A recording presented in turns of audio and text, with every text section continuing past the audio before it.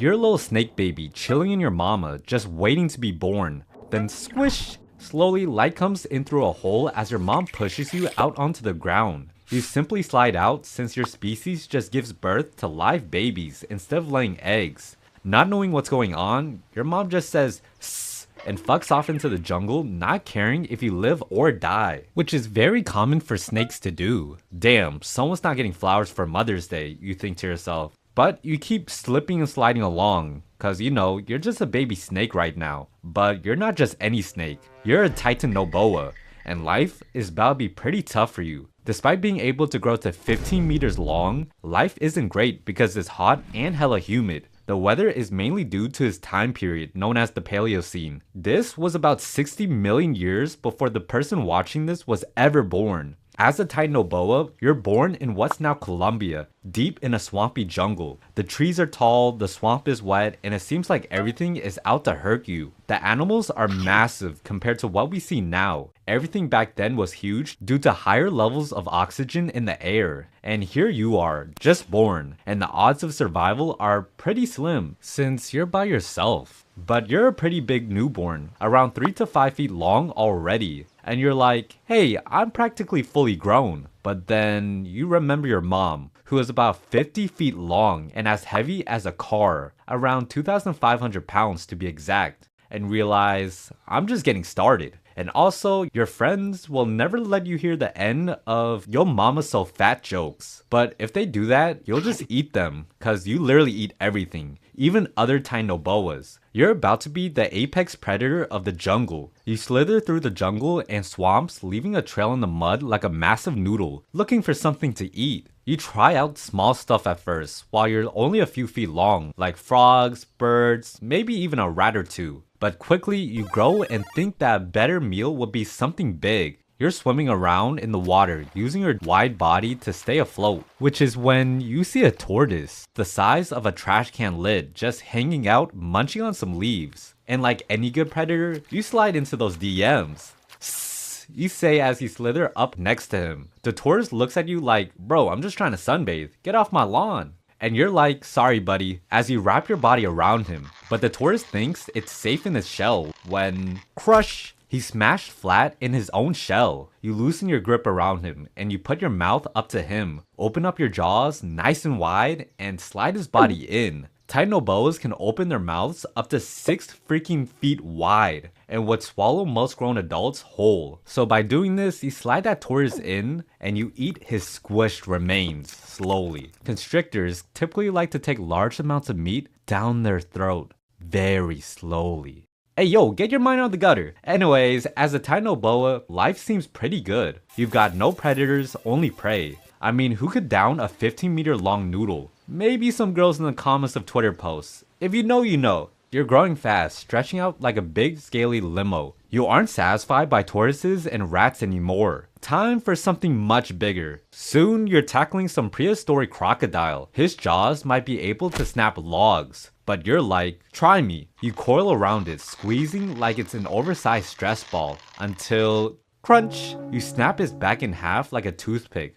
Another filling meal. And now you've grown to the biggest, baddest dude in the swamp. You've hit a solid 40 to 50 feet in length. That's the length of a whole ass tractor trailer. But now, since you're feeling quite good and successful about yourself, you get on Snake Tinder and start looking for a mate. Time to rizz up some snake yats!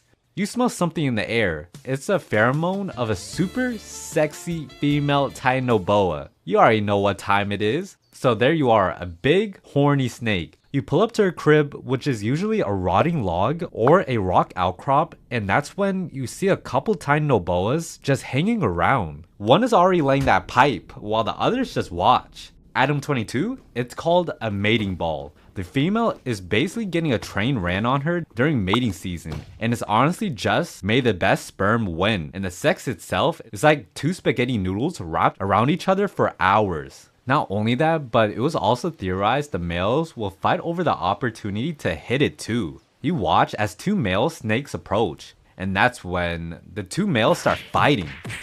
Chomp, squeeze! In an aggressive fight, one finally wraps around the other, squeezing his life out of him. His limp body drops to the floor. You watch as the winner approaches the female. She signals it's time for the deed, and he goes at it. He looks satisfied after doing it, but then the female wraps around him, crushing down on his back. He's like, "Damn girl, you crazy bitch!" as she chokes the life from his body, then proceed to devour him, which is pretty normal for Titanoboas. You watch that in horror, going, maybe it was the best it wasn't my turn to mate, as you slither away.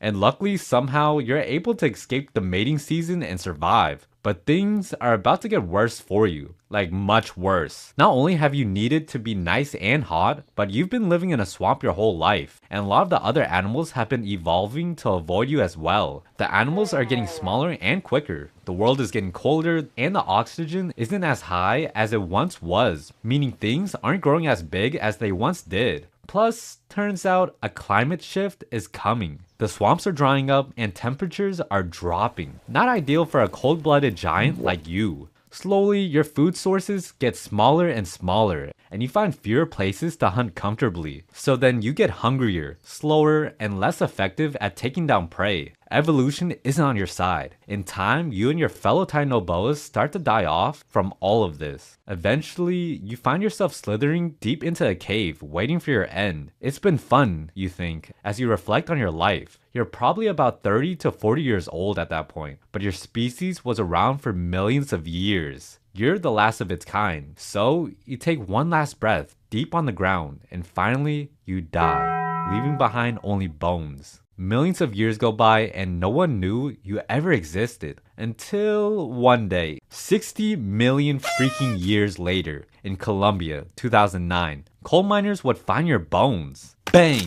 The miners slam a rock with a pickaxe and shine their light to see a massive bone sticking out from the rocks. "What is that?" one asks. The paleontologists show up and start to put the pieces together. They don't even know you're a snake at first. They thought you were just some Loch Ness monster at first. However, after many days of carving the rocks out, they finally find your skull and realize that you were the biggest snake to ever live. 15 meters long and as wide as a doorway, able to swallow a whole human. You get to finally be recognized for the badass you were, which is the Titanoboa. Yeah, the Titanoboa's life really did suck, but it didn't suck as much as the Megalodon. Like, I know you're probably shocked because it's literally the most powerful creature in human history, but its life was really tragic, from the moment it was born all the way to its slow death leading to extinction. And if you're interested in learning more on why the Megalodon's life sucked, then click on the video on screen.